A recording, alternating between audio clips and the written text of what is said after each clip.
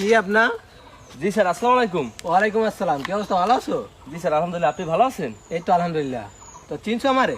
আরে স্যার, আপনারা চিনবো না? আপনি গণিত না পারলে যে কি পিড়াইতেন আমাগো, এটা আমার মনে আছে না? আচ্ছা বাবা, দেখো তো এই অ্যাড্রেসটা তুমি চিনো কিনা।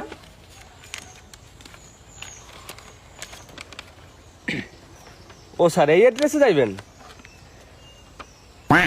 অ্যাড্রেসে যাইতে হইলে স্যার আপনার বরাবর 90 মিটার যাইতে হইবে। 90 মিটার? হ্যাঁ, 90 মিটার যাওয়ার পরে 45 ডিগ্রি অ্যাঙ্গেলে বাম দিকে ঘুরবেন। 45 ডিগ্রি? হ্যাঁ, 45 ডিগ্রি অ্যাঙ্গেলে বাম দিকে ঘুরবেন।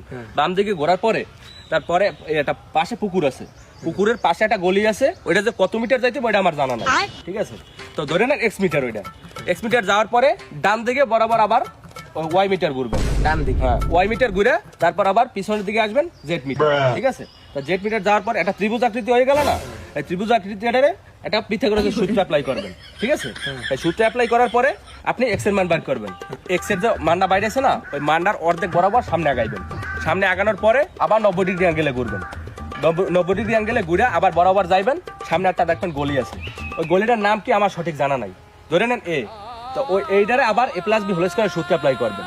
অ্যাপ্লাই করার পরে যে মানটা বাইরে হইব, তো ওই মানটারে আবার cos থিটা মারবেন। cos থিটা মারার পরে যে আপনার মানটা বাইরে হইব, ওইটাই হচ্ছে আপনার অ্যাড্রেস, বুঝছেন?